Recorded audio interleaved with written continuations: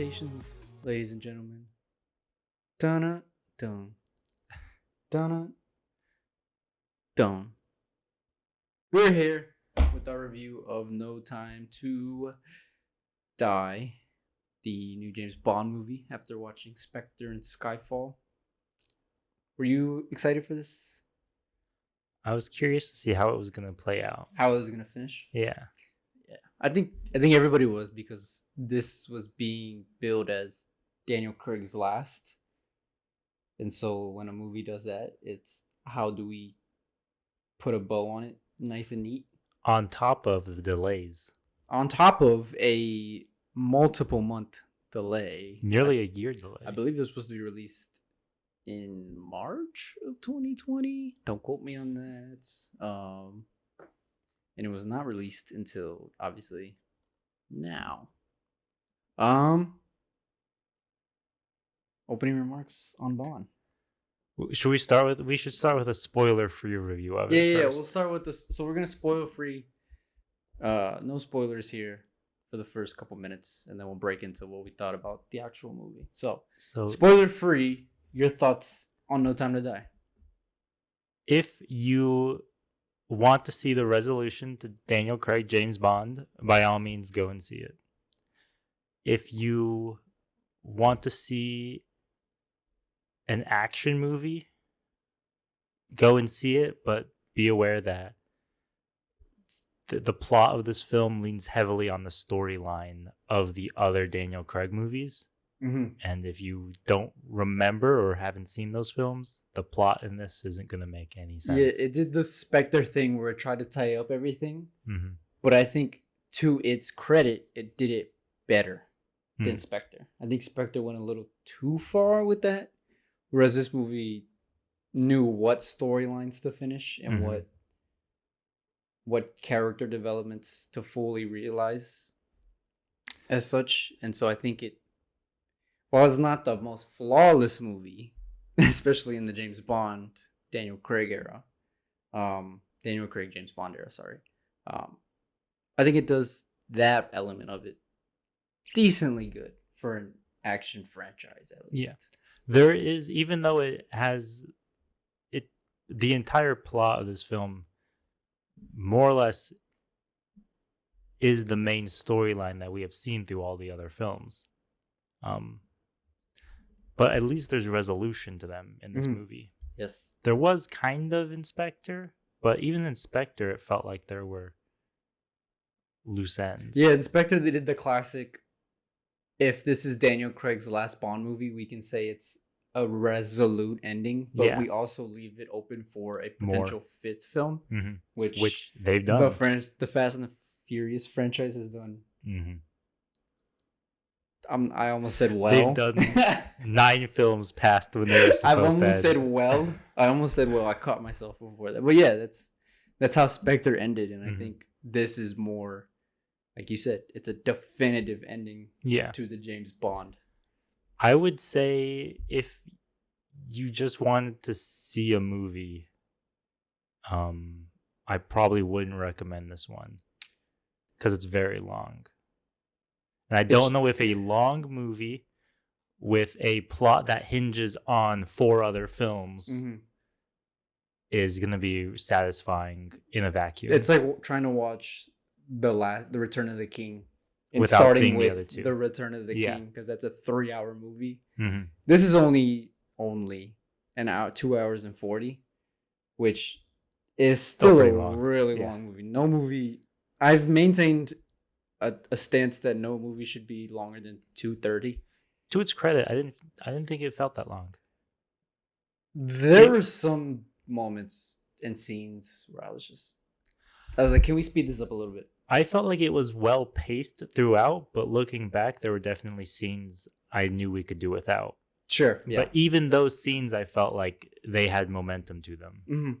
And I didn't feel like by the end of it, like, because I was surprised when we got out of the theater. I was surprised at how late it was. It was like almost 1 in the morning, right? Yeah. And I was like, that didn't feel like that much time had really passed. Which, for a 2 hour and 40-minute movie, that's pretty good, I'd say. At least personally, yeah. So that's my quickie review, I would say. Yeah. Yeah, it's definitely I don't know. I would say if you are looking for a movie, go watch this because it's not bad. No, I mean, it's not the best. I'll just say right now, it's not the best Daniel Craig. it's not the best Bond Daniel Craig movie. James Bond movie, and it's not a bad movie And it's not either. a terrible movie. Yeah, if you go watch this thinking like, hey, I need something to do on a Friday night Yeah. or Saturday night or even like a Wednesday afternoon after work, Yeah.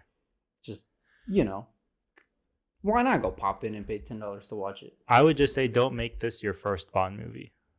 Yeah, that's Your good. first Daniel Yeah, Craig. that's a good one. Not just because we all know this is supposed to be the last Daniel Craig movie. There's just a lot you're gonna miss. Yeah. Especially with characters and stuff. You can at least start with Skyfall. Because even with me having rewatched all of them, I was still like, is that supposed to be a reference to something? And I had watched every single one of Yeah. them, so I was kind Definitely of confused. watching the other four prior to this really helped. Definitely enhanced the experience. I would For say, sure. yeah. I would say, since this is going to be probably the last we talk about Daniel Craig James Bond, Fingers crossed. I would say start with Skyfall. You're trying to go like a whole Yeah, reverse- like a Are you viewing trying to order do for them. the- I would just say start with the strongest film. I would say Mm. start with Skyfall, and if you want to see more, then go to Casino Royale. If you just want to see interesting action, then it doesn't matter which one you watch after that. That's a good point, yeah. Because you get elements of I don't know, because you're not really getting elements of the classic Craig Bond in this movie. No, As far as like this movie tonally it feels didn't different feel like a spy from movie. every other Yeah. Craig Bond. This If anything, it felt more like a Brosnan or a Connery Bond versus a Craig Bond, which I don't know if that was.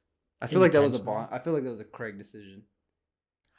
I feel like it was a producer decision. Could have been that too. Yeah. Should be But noted that- definitely, this was not a spy movie. No. This was pure action. Yeah, We're gonna do giant set pieces, Yeah. CGI, a la Spectre, a something la like that. Mission Impossible. I was getting Yeah. a lot of tones of Mission Impossible. Which is in this funny movie. because there are actually a lot of references to older Bond movies in this one, In this one, which are probably influences to Mission Impossible. Anyway, yeah. Probably. Yeah. But what can you do? Um, So that would be that's spoiler-free review for me at that least. is definitely that's our. We'll go ahead and stop our spoiler review. We both say that it's decent to a good movie. Go watch the other ones first to get your taste and kind of just understanding what's gonna happen in this last one. Yeah, It's a good ending to the Craig. Well, it's an ending to the Craig Bond quadology, or I guess now pentology saga. saga. There you go. Thank you. So if you haven't watched it yet and you want to, click off this video right now, go watch it, and then come back because we're about to spoil some stuff in approximately 5 seconds.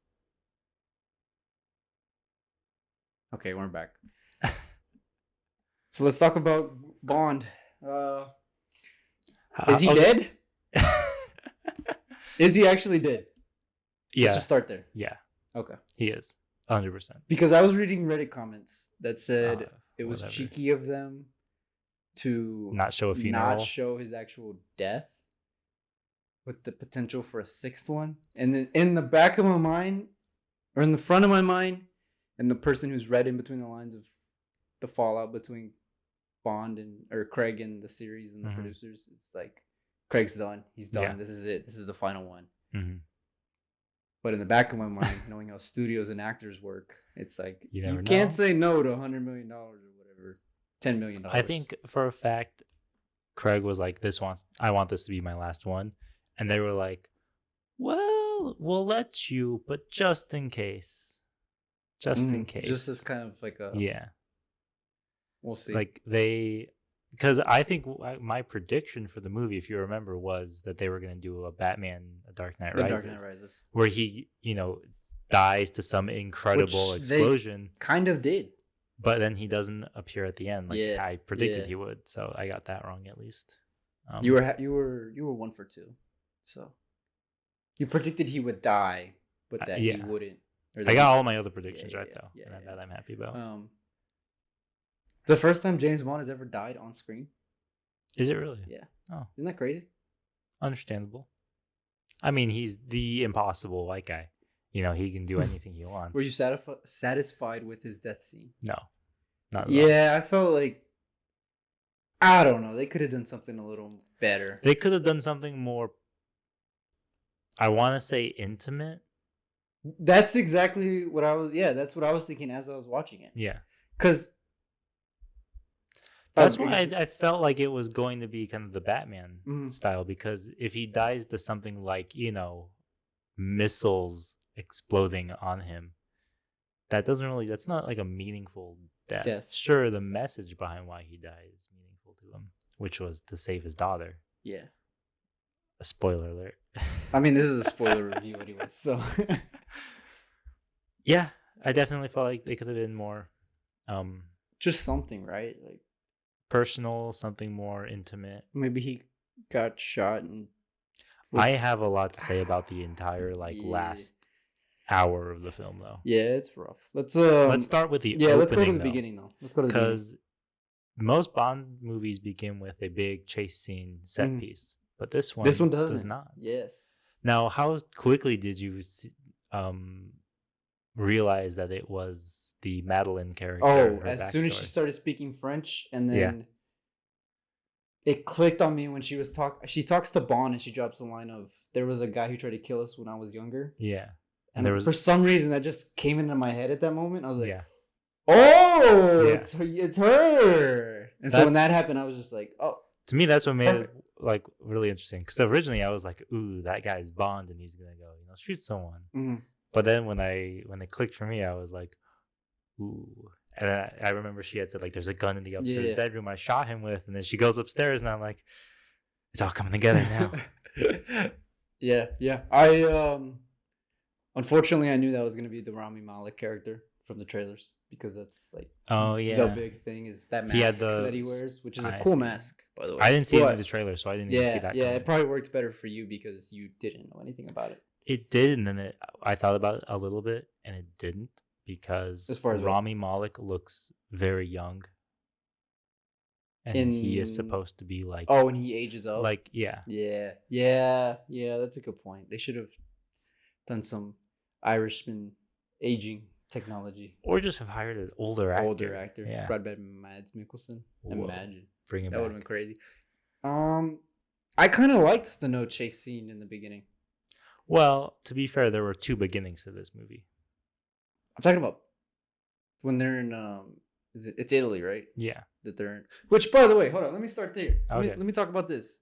I appreciate that this movie doesn't think the audience is dumb and has to label every single freaking city that Yeah. they're in. Every single movie, and this isn't just I noticed this a lot with the Bonds before this, but every movie does this, and it pisses me off. Like it makes sense if it's like Cancun or a place you can't Bora recognize. Bora, Yeah, if you're there's in no America. distinguishable landmarks. But if I can see the Eiffel Tower and you put Paris, France, I'm not an idiot. Like I've No, read it's- a it's- textbook. It's Las Vegas. That's what. Like, that's so stupid to me.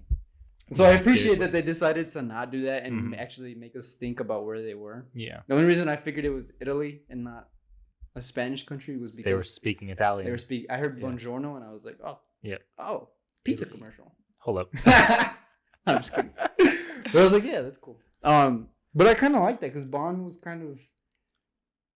he was very unmasculine in the beginning, at least. He was old. And he was. And I remember when we were talking about I think I leaned Skyfall. into you and was like, dude, he looks fucking old. Yeah. When we were talking about Skyfall, though, we both liked how in that movie, Bond is really old. And Yeah. they play on that in that movie, how he's too old to do his job. And now in this film, he's supposed to be retired. It's like he's almost like a senior He's a citizen. prehistoric dinosaur. Yeah. Yeah. And for him to then get thrown back into chase scenes and stuff like that. Which is why I can kind of forgive the actual Italian chase scene a little bit. Because Mhm. it's like, well, he's old. He's not going to be jumping from rooftops. He's Yeah. just sitting in his car, you know. They apparently used more stunt doubles in this movie than they ever did Yeah. for any of the other past ones. Mhm. Just because he was kind of over Which, having to. you know, what I at least like is that they tailored James Bond's character to Daniel Craig Mhm. to some degree, as opposed to he's like, you know, if Daniel Craig was, you know, really old in real life, but they still wrote James Bond to be like, Talking about Liam Neeson and taking yeah, 2 and 3. he could just like do backflips off of 7 stuff. million It's like, edits just to get over a chain link fence. yeah. So I'm at least I appreciate that they did that. Yeah. They played his abilities in real life, which obviously he overcomes them in the movie Yeah. because he's still taking down bad guys left and right. But yeah, what did you think about this characterization of Bond? Because he's a different character, just in this one in movie, this one in specific Mhm. versus really all the others. I remember when we were talking about Skyfall, I was like, that's probably the most Bond has ever spoken in a film. But this one probably takes talks the case. Too much. He probably at has times. he probably has something to say in every scene he's in. He says Yeah. something. Because there were times where he said something, and I was just like, "That's not That's not Bond. That's not you." Like, if you want to make an iteration of Bond that is like that, that's fine. But that's not the Craig Bond that we've come to a degree. appreciate. If I try to think about it, I can imagine like because Bond is older now. See, and he's, that's yeah. you know, he's not necessarily he's past his prime, doesn't Mhm. have anything to lose, he doesn't have anything to hide anymore, you know. He's a little more loose. Yeah. Like That's- when he's in yeah. Cuba they're not in Cuba, they're in Jamaica and he's getting drunk with Felix and the Ash guy. Yeah. That whole scene, I was like, this is probably the most he's ever smiled in the movie. So, yeah, I can agree with that. there are definitely parts of it where I was like, they're taking the old man James Bond and using that to bring out more emotion from him, specifically almost every time that he's talking to Madeline. It's when they have him like confessing love to her or something like that, and I'm like, for some reason from James Bond it still doesn't feel really genuine. I think they took it a little too. Yeah. Well, I mean, we've seen him confess his love to what 2, 3 girls in this franchise. At least Yeah. in this saga. But the way he does His- it in this movie is it's It supposed almost to be it's almost element like of- romantic chick flick kind of feel to it. Sappy. not to me. It was TLC kind of. Not TLC, like a Hallmark movie. Hallmark movie kind of. It didn't feel in the that snow. bad to me. It just didn't feel like James Bond. Mhm. You know, that's just me though. At least how I've seen the character. Yeah. No, it's definitely not inaccurate because it's. This movie also just felt really cartoony to me. Did I don't it? know if it did to you, where Bond, which I can appreciate because Bond now actually uses gadgets, which was Yeah. a common critique of the Daniel Craig. The movies. Casino Royale and Quantum of Solace. Q doesn't even show up in those Yeah, movies. yeah. So he's pulling out the miniguns and the Aston and using smoke screens and Yeah. dropping tracks to kill people or to blow people up. That and- stuff I like though. No. Yeah, I like that. Yeah. I was like, oh, this is cool. This is So We're it was going out- cartoony in a good way. we're going out. To some degree, there was that Russian scientist I just could not stand. So when they finally killed him at the end, I was like, thank you. It I took know him he's supposed so to be- long to kill I was him. like, I know you're supposed to be the good guys, but this guy should have been dead 30 pages ago in the screenplay. He was so annoying. Yeah. And then there was that Ash character that I thought was kind of Oh, weird. the where CIA he's double agent guy. starstruck with Bond, and he's like, Oh, I really like that guy, and I was such a big fan of his. It's like, dude, shut up. I don't know. It's just little stuff like that. I didn't mind the gadgets and the crazy stunts and Yeah. the kind of high stakes that this movie went to and stuff like that. I was like, you know what? I dig it. It's a Bond movie. We're supposed to get crazy with it Yeah. at times. I can kind of see it. And it didn't really feel that cartoony for me either. Although, yeah, that one Ash, what's his name? It's like Luke Ash or something like that. Something like that. Yeah. Yeah. The American CIA plant. He or is it Ash or something? Logan Ash. Logan Ash, Mhm. yeah. Old man Logan Ash. He was an interesting addition to this movie. He was borderline unnecessary Yeah. because he betray. I mean, I guess we need him to betray Felix and Bond, but he doesn't really serve a purpose other than just to die Yeah. and serve as a mode of revenge against or for Bond. I mean, at least he had more impact in the plot than Ana de Armas. Oh god, I knew we were gonna talk about that. I was very upset with that. I was too. I was upset and I didn't even have any expectations for it. They had been marketing her. She's in a poster. She's in the freaking opening credits. I think She was like everywhere. 5th or 6th build. So she's, and she's a really well-known actress. Knives Out, Blade Runner, Hmm. stuff like that. Pretty sure there's other stuff that I'm not getting to right now because my brain is fried. But she's a big actress, so when you cast a big actress in a role like that, you're expecting some impact, A role. other than just being a guide Yeah. that was And not, borderline not needed. Like, yeah, not even the guide. like could Bond have done that mission without her? Yeah. Yeah, 100%. I don't know. It could have easily been because the only reason she really serves a purpose for is to give him his suit. It's like you could easily just have Felix be like, "Hey, your suit's I gonna kind be of, at this yeah. tailor. Yeah. Just say these words." And then she's just a tailor. And then she's just a tailor. She shoots some guys, and she looks cool doing it. She looks very, very, very attractive doing it. By the way, For me, the disappointing part was because obviously, the scene that she appears in, she serves no purpose whatsoever. right. And Yeah. I was like, that's disappointing. Mhm. But then she just goes away. Mhm. She doesn't come back the rest of the movie. Which was And this is a movie where characters like Logan Ash will appear once and go away, but then And he come back. reappears and he serves a purpose. And when Yeah. they didn't do that for Ana de Armas, I was like, were the producers blackmailed into including her in this movie for some her reason? agent twisted their arms. Yeah, I was like, I don't believe that anybody would have looked at that entire sequence and been like, let's include this character, or let's just include this sequence. Well, okay, the sequence actually had a lot of plot importance Mhm. because it was where Spectre dies. Yeah.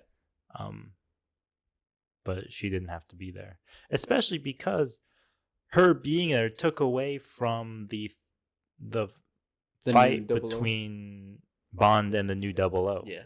The Yeah. new 007 at least. Nomi is her name. I Mhm. remember now. We didn't get much of that. And No. that was built up in the film as like, you're going to be in Cuba. Well, I'll see you there. And I'm like, we're going to get, Bond versus Two MI6. spies. Yeah. We're finally going to get Bond versus MI6. But then it's just him and Ana de Armas shooting like everybody. Basically, they went on a whole GTA rampage mission. Yeah, pretty much. They had just 5 'cause stars they- by the end just of because it. they wanted to. Even the yeah. cop showed up. Yeah. But I was so disappointed by that. It wasn't worth it. Especially because they could have done so much more with the 00 character. No me. Yeah, She's she's a little underutilized. As if they're trying to set her up as this rival to Bond and like this kind of passing of guard character that she's supposed to symbolize. She doesn't rival Bond. Yeah. Even when Bond comes back, everyone kind of acts towards him like, you're old, but you're still going to do a good job. Yeah. As opposed to like, well, we replaced you for a reason. Which they could have taken it in that direction, you know. As in like, one person believes in Bond and I'll fight for you, but you're old and you might not do a good job. They just didn't do that. Definitely. Especially at the end. But we're not there yet. Another character who appears in that Cuba scene, by the way, I kind of liked it. I actually really liked it. It's not on the level of Skyfall, courtroom, train station chase, or the opera scene in Quantum. Oh yeah, nothing's on that level. But it's pretty good for. Other than Ana de Armas being useless, it is pretty good. Yeah, especially it's really well shot and it's like just good action. Yeah. What I appreciated about it too was how the actual weapon, the Heracles nanobots, Hmm. they're like not explained until maybe halfway through the film. And to some degree, looking back, I liked that because then I began to like. I was thinking, what the heck is this? Why did it not kill Bond?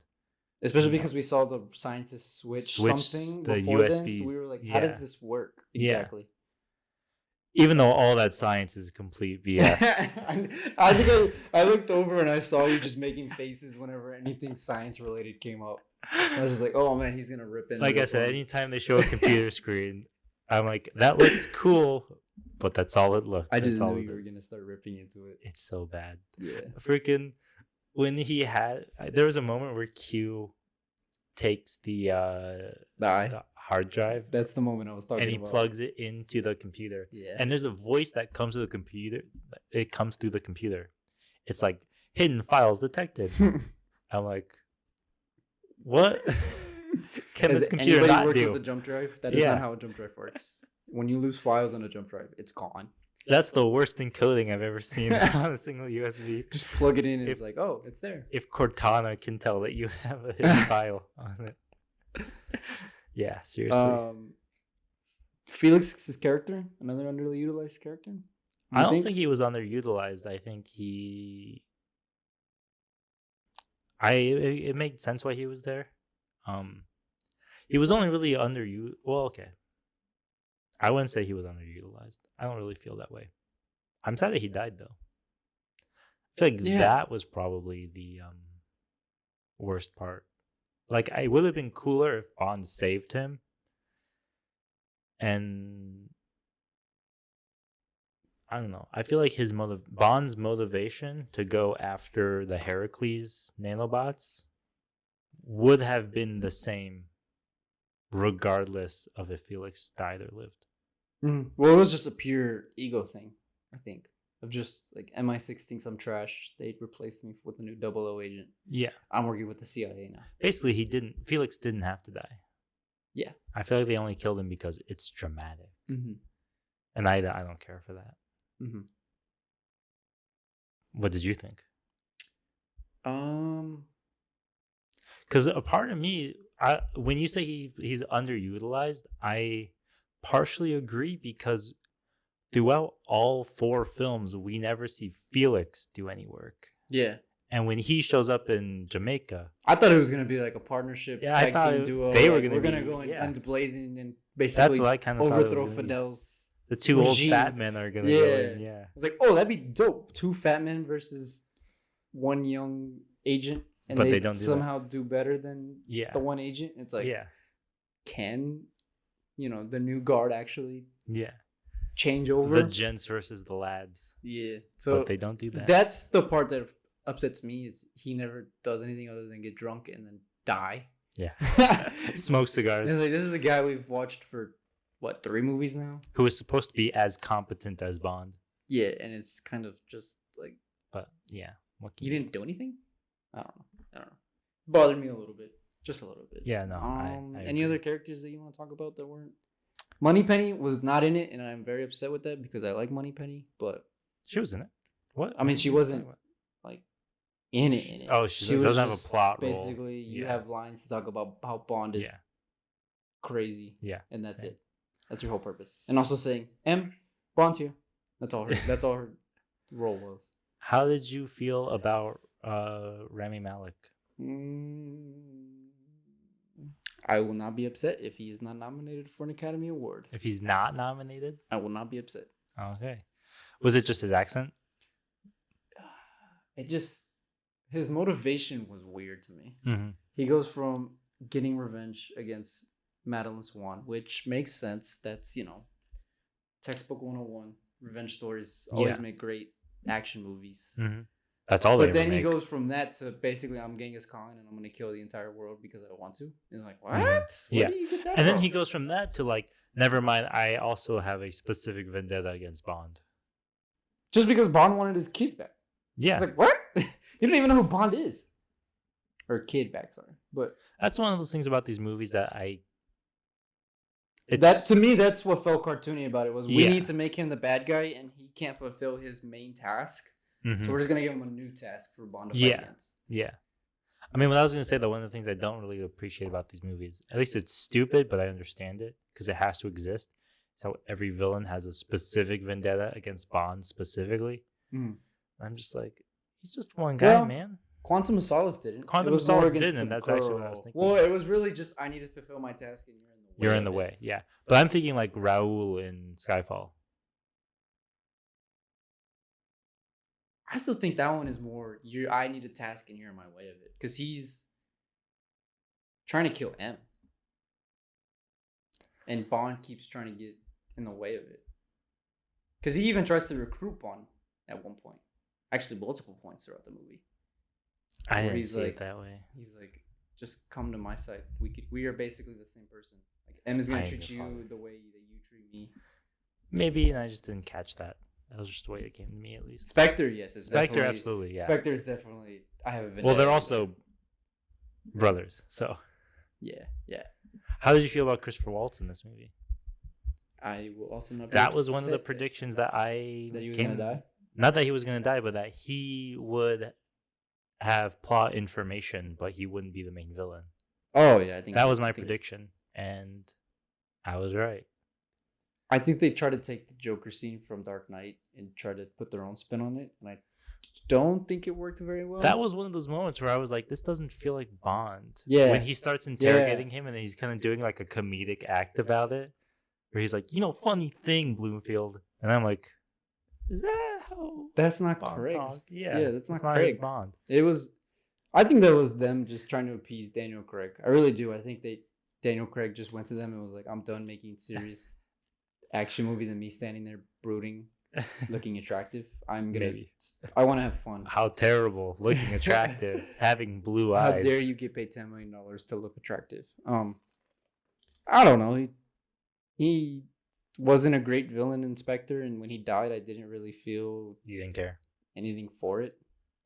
Understandable. It really just serves as a purpose of we're trying to show what the capabilities of this virus are, which it did. We True. got plot information, which we did, and so nothing more to it, I guess. I don't know. So, outside of the cast now, Okay. let's talk about the actual look of the movie. Did you feel like Carrie Joji, Fukunaga. that's how it's pronounced? You know what's interesting is actually there was a shot where I was like, this is shot way different from other Bond movies. Mhm. And it is. It's shot on 65 and not typical 35. Yeah.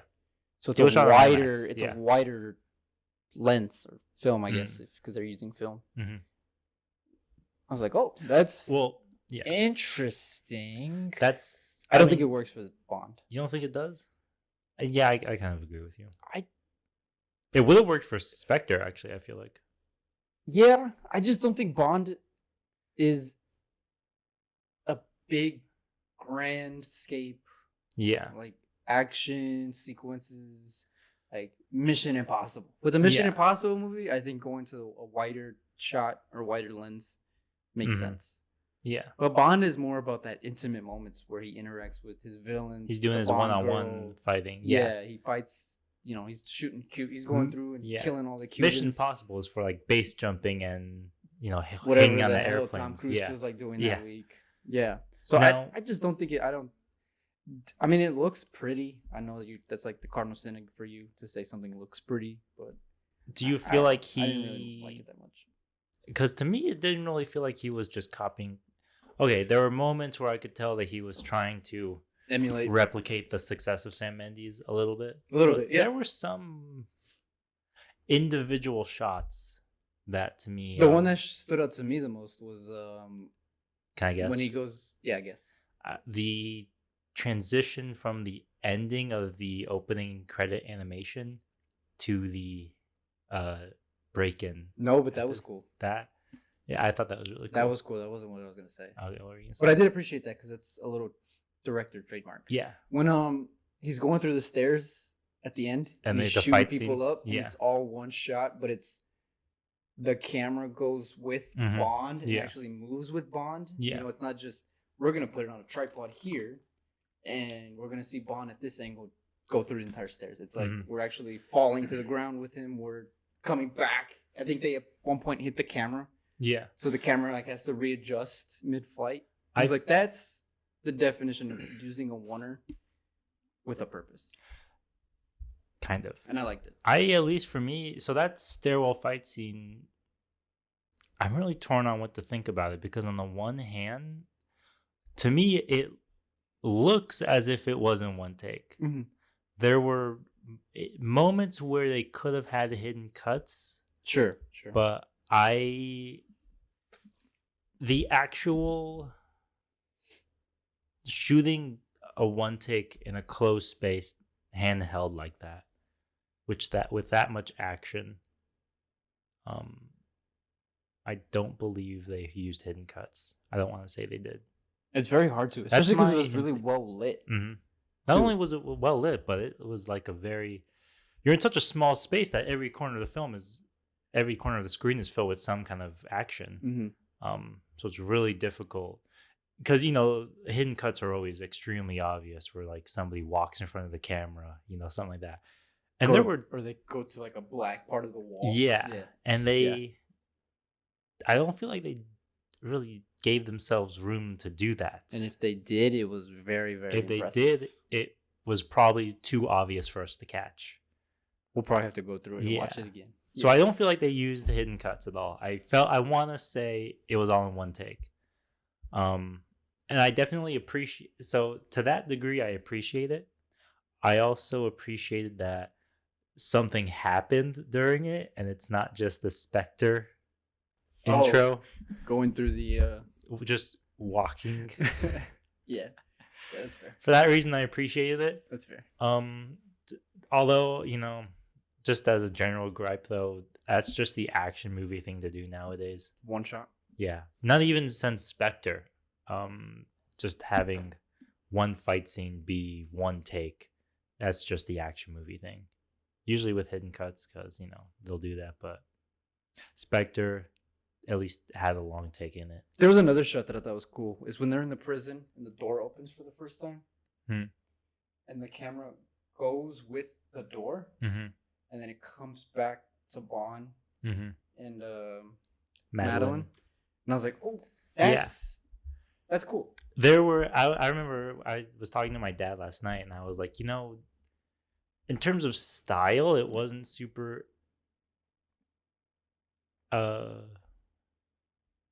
interesting, but there were individual little tidbits. Yeah. Individual little moments of visual sleight of hand and trickery that I thought were,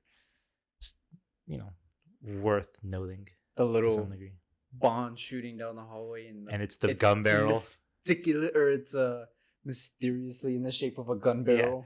That was one of those. I almost facepalmed when I saw that. I caught that immediately. Yeah. I thought that was very. It was cool, but also kind of like, all right, we know what you're trying to do. There were some there was one moment where they're in the MI6 headquarters and there's a picture of Judi Dench on the wall, and then it cuts to a reverse shot of that same angle, and they're one of the older M's from one of the older Bond movies. His portrait is on the wall as well, so that was another old school reference to James Bond. There's also the fact that they go to Jamaica. That was one of my predictions too. Bond and Jamaica, they're inseparable. And none of the other 4 movies mention Jamaica. So I specifically predicted they were going to go to Jamaica in this movie. I did want to ask when we rewatched Sure them was when do we think Bond is going to be in the Western Hemisphere? I guess he was in Haiti. Yeah. In Quantum. Or not Haiti. It wasn't Haiti. It was Bolivia. Oh yeah, true. That whole movie took place in Bolivia. You don't know you're a Western Hemisphere. But yeah. And what I liked too was the fact that they didn't tell you that, like specifically, they didn't tell you it was Jamaica, and I was really glad for that. You really didn't know until Bob Marley started playing. Until he drove past reggae music, and just for a brief second, there was a Jamaican flag on the corner screen. I was like, nice. I wish more movies would do that. Just like let us be smart.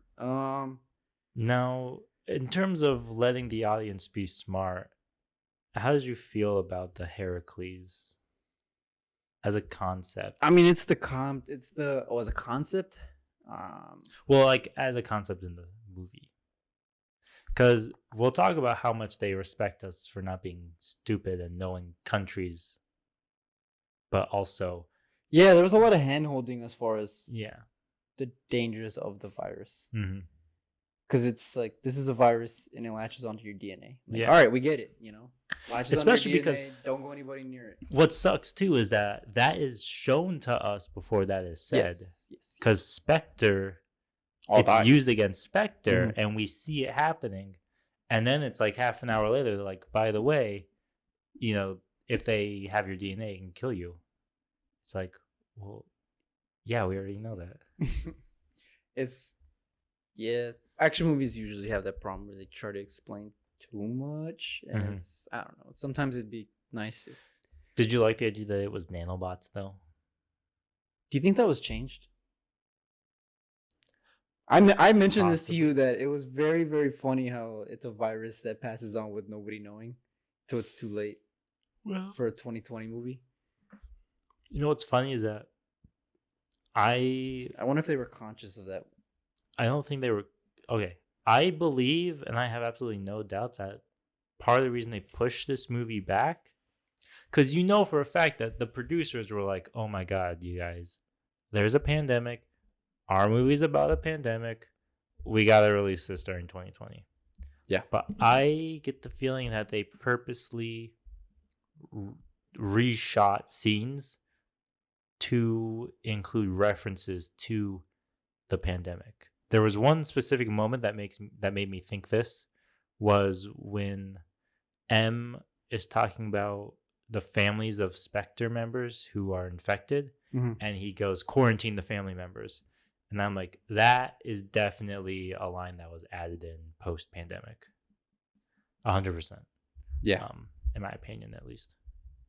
So to some degree, they might have changed it to nanobots beforehand, or at least after. Everything went to shit. Yeah, I don't know though. I mean, just the idea of it being nanobots. At first, I was kind of like, that's kind of stupid. But as the movie went on, I was like, that's probably the only reasonable explanation for some of Why their, they changed it for to their plot nanobots? device. Yeah. Like I remember there was a line Q says where he's like, "Nanobots are just for Christmas," and I'm like, I guess it can be nanobots Because they could have whatever. made it a virus and it still would have made sense. It's more just dumb, lame science that isn't real. And I'm just like, whatever. I'll accept Yeah. it for now. Spark Blood makes an appearance again. That I caught that. Yeah, that was Is pretty that a cool. Bond staple? No. Okay. No. It was just a reference to Past. old. Yeah. Fair enough. All right, let's You want to tackle this ending real quick? Because it's a mess. It's a big ending too. And it it's feels like a it's probably long almost ending. like, yeah, the entire last hour of this film, probably. Yeah. Well, okay, before we even get to that, how do you feel about the relationship between Bond and Madeline in this movie? Because while nothing is said about this beforehand, I think I don't want to say this. The daughter is a good idea. That, and this is, stop me if I've said this about a Bond movie before, it could have been set up beforehand, Sure. but it wasn't. Wait, what daughter? Bond's daughter, the little girl. I don't think so. That's the whole point. Is it's a surprise to him because they don't see each other for 5 years. Yeah, And she's mysteriously around 5 years old. I mean, I caught on immediately that was Bond's daughter. well, the second he's like, she has my eyes. I'm like, well, yeah. As soon as I saw her and I saw no other male come onto the screen her, within like 2 minutes, yeah, or her mention another male, I was Yeah. like, that's Bond's daughter. hmm Regardless, it was of, obvious. regardless of him saying about the eyes. It was because it was obvious. like she's mysteriously 5 years old. They haven't seen each other for 5 years. Like, There's no mention of like ex-husband or ex-boyfriend or Yeah, anything like that. exactly. She says Other it's than not Bond. yours, but it's like, do we trust? Will we trust Yeah. this girl? You're just trying to get rid of him at this point. I don't know. I will say I do think that this movie does their relationship better. Especially with the whole, I went to go visit my ex-girlfriend at the Her request grave. of your Yeah. request, and I Mhm. almost died.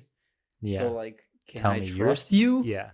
Which is a classic thing that's been really a presence in all 5 of these movies of who can Bond really trust Mhm. as far as just women in his life. So I thought that was cool because turns out she was innocent the whole time. So Mhm. it was like Madeline's heartbroken, but we also understand where Bond's coming from of like, WTF, what's going on? Yeah. That being said, I don't buy the relationship. No, I feel like the biggest problem with their relationship is that we're supposed to believe that Bond is in love with her, which, by all means, he says that Yeah. exactly, that he is in love with her. But as audience, we've only seen them together for 2 movies in a 5-movie franchise. If she was introduced as far back as Skyfall, or even earlier than that, it would have been a stronger relationship. Sure. I think. We believe Bond and Vesper have a strong relationship, but that's because that was the first movie in the franchise. And they just had really strong chemistry on screen. Well, that helps, but just like in our mind, we as audience immediately empathize with the 2 of them as having a relationship. But when you then fast forward 5 movies and you're still trying to, say, by the way, these guys have a strong relationship, it's like, yeah, well, I've seen 4 other movies where he doesn't have a strong relationship with the woman. And now you want me to believe it this time, and that you want me to believe it's real for this time? He said that in the past. What's stopping him from doing it again? And it goes on he for has a 2 daughter. movies. So, yeah. The fact it's only there for 2 movies is kind of, whatever. So I would have believed more if it was Moneypenny. I know it wasn't going to happen. No. But if Moneypenny and him fell in love, I would have believed that more. Yeah. I wouldn't have liked it, but I would have believed it more. Whereas with this, it's kind of just, we needed to tack on a human element to Bond. Yeah. And we didn't set it up properly. However, that being said, I think the daughter does that perfectly. It brings out the human element in Bond. And I appreciate when she looks at him, or when he looks at her, when she's in Rami Malek's arms, and he's like there's a real sense of fear in his eyes that we haven't really seen. Because what's interesting about that element is Bond always has his mission, and he's single-minded. He's focused on his mission, but he's always getting at something. And having the daughter character, he's now trying to protect something, and that's what leads him to even die at the end of the movie, as he realizes the virus will infect people you're related to. He's not related to Madeline, but he is now blood related to his daughter. And to protect her, he sacrifices himself. And I don't think we've seen Bond necessarily protect people in that regard. Not since, ironically, Quantum of Solace. So, yeah. That I thought was interesting. It was like a little twist to his character. Yeah, for sure. And I appreciated that much. However, okay, so we said in our spoiler-free review that this did not feel like a spy movie. And to me, that came down to the final bunker raid. Because 2 people versus an entire army. Yeah. I didn't buy that at all. To not get shot until Rami Malek decides to put 2 in your chest. Yeah. Yeah. You know what it reminded me of? So, have you ever seen Zero Dark 30? Yes. The raid on the Osama bin Laden compound at the end of that movie was maybe only like 15 minutes long, and it was more engaging with more characters and less action than this hour-long. Because it had a sense of realism to it. To a degree. Not even realism, but it's like So if you're writing something like this, you're thinking, okay, we have this location that the main character and therefore the audience, they don't know what to expect here. Mhm. So you have to somehow tap into that, I guess, fear or at least suspense of you don't know what's going to be around the corner.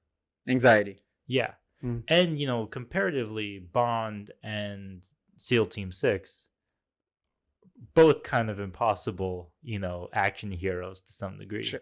SEAL Team 6 probably a more realistic example of it, since they're real people and Yeah. Bond is Yeah, yeah. fictional. But nevertheless, it's like that idea that you don't know what, you're invading this place, you don't know what's around the corner, you don't know how many people you're up against. I think the Bond movie fails to be suspenseful because it relies too much on Bond just being amazing at everything. Mhm. And he just doesn't get shot. Like, for example, here's another comparison too. In the first John Wick movie, when he goes to the I was nightclub, just about to bring out John Wick. when he goes to the nightclub in that first movie, Yeah. it's him versus an entire army of people. But he gets beat up. But he gets beat up. He gets shot at. He runs out of ammo. He gets dropped off of doesn't he get dropped off the DJ? Yeah. booth? Like, even though that's a good example of, even though John Wick is the impossible white man and will be able to kill everybody, You have to show And- that he can. This task he's doing is not. it's still a challenge for him. Yeah. And in this movie, it wasn't a challenge for Bond. By the way, I should mention, impossible white man is the name of the trope. It has nothing to do with like race itself. That's just, I mean, of course, historically, most action movie heroes, specifically James Bond, actually, were white men. But We're that gonna just get happens to be the name of the trope anyway. canceled. Tenet is another example of an impossible white man trope anyway. So yeah, there you go. But he's That's why it doesn't have anything to do with race. no, I know. I'm just messing with you. Wow. Yeah. It At some point, it was just like, There's too can much. somebody hit him with a crowbar? I don't know. Could he just trip on accident? Can he? I don't know. Like a door be locked? Yeah, something I like don't that. know. Something, right? It was. It too, wasn't challenging. It was too challenging, and there was kind of Bond surprisingly defies logic at times. Oh, at yeah. least in the Bond, at least in the end scene where he's leaving. He leaves Nomi by herself with the doctor. And it's Mhm. like, why couldn't we just kill the doctor? Like, Yeah. why do we need to be there? Yeah. You hid the explosives well enough. You didn't need to hold that down. Mm-hmm. And what was the doctor going to do? Yeah. Try to take the Why didn't explosives off the she wall? come with you to help you? So, And then when they're going looking for the daughter, and he just doesn't think like, "Hey, I picked up my daughter. I can also open the silo doors on the way out." It's like, no, let me get them to the exit, and then let me go back, Yeah. and then let me go back again. It's like, what? yeah. I don't know. There was a lot of non-Bond decisions that were Mhm. in this finale, Mm-hmm. and to me, I think that's why it felt so Egregious. unfulfilling Mm-hmm. as far as the end of his character, because it would have been something more. I don't even know how you would have ended it, because Yeah. the only honestly, they should have just let him live with the daughter. Mm-hmm. I thought they were gonna take it where Madeline was gonna die, Mm-hmm. and so he has to raise his daughter Mm. Well, in the image of Madeline. I have a theory about why they didn't do that. But I want to say this though. A good example of a Bond movie that ends with a big climax, the classic blowing up entire buildings worth of stuff, but still remains very intimate and personal, is Skyfall. Yep. That's probably, When he's holding M in his arms as she well, passes not away. even that, which is more on an emotional level, but just like on a how it's presented and how it feels to the audience. Oh yeah, because it's literally just It's like four Javier people. Bardem, his people, and then just Bond and M. Yeah. And the I guess games keeper, Mhm. whatever. It's basically just like 4 people. It's like versus guys each playing other. paintball. Yeah. Yeah. And for that reason, I feel like if that movie ended, if No Time to Die had like the ending was Bond, Madeline versus Rami Malek and whoever else they wanted to be a part of it, that probably would have been incredibly satisfying as an ending. Especially if it was at her house. I was Madeline's actually house? specifically thinking if it was Yeah. at their Yeah. house.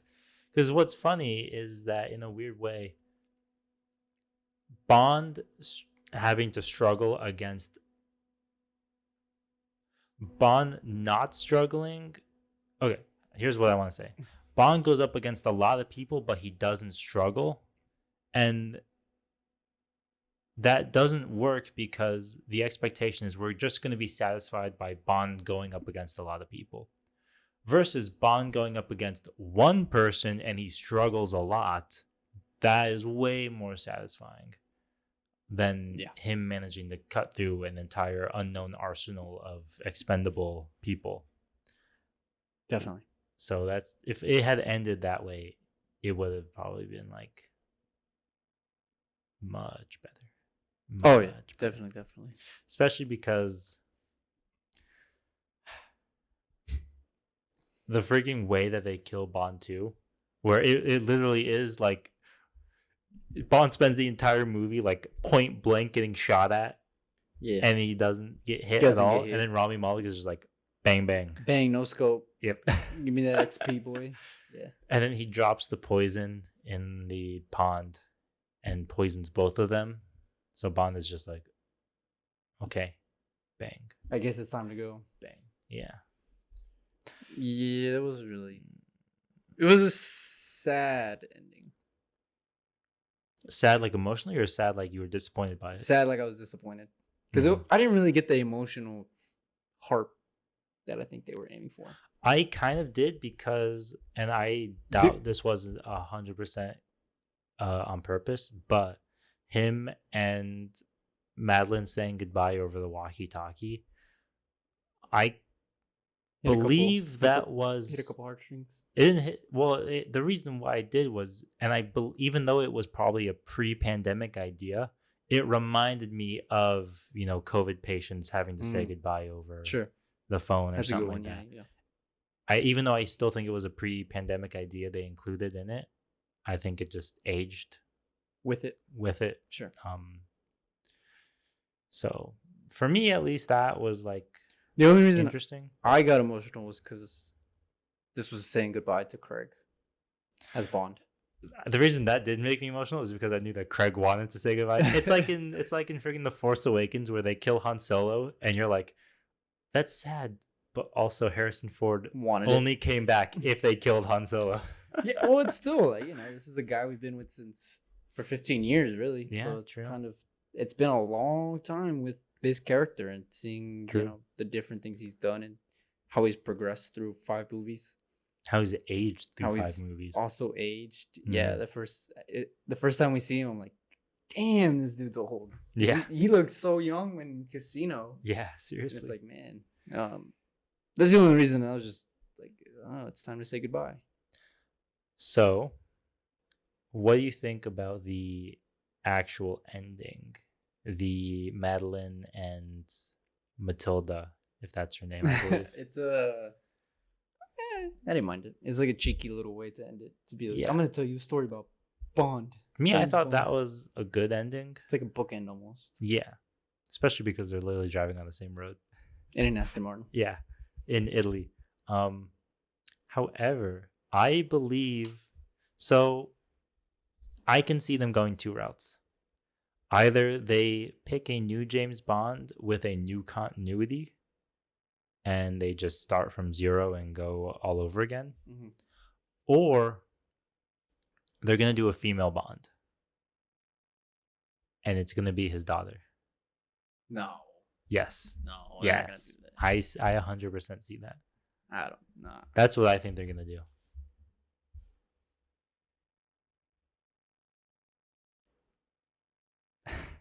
You don't think so? To me, Would the mom want her to be an agent? Look, there's your conflict. I don't buy that. I If anything, I buy them making Nomi a Bond. That makes sense to me. that would be The daughter, at least the way the daughter is presented in this movie, doesn't make sense to me. If she was like 8 and she's shooting guys like her mom did, yeah. that makes sense. maybe. But she's 5 and she's running away from every bad guy. The freaking I mean, she scene, bites Rami Malek, but it's the scene where Malik was like, "You can come with me or live, or you can die here." and she just And runs she away. just turns around and runs away. I'm like, nice. That was. I don't know. I don't buy that. I think they're gonna go with a different actor. If they did know Just me, because knowing MGM, they don't do that. They don't keep continuities within the Bond. I mean, it's a new age. You never know. I think if they did know me,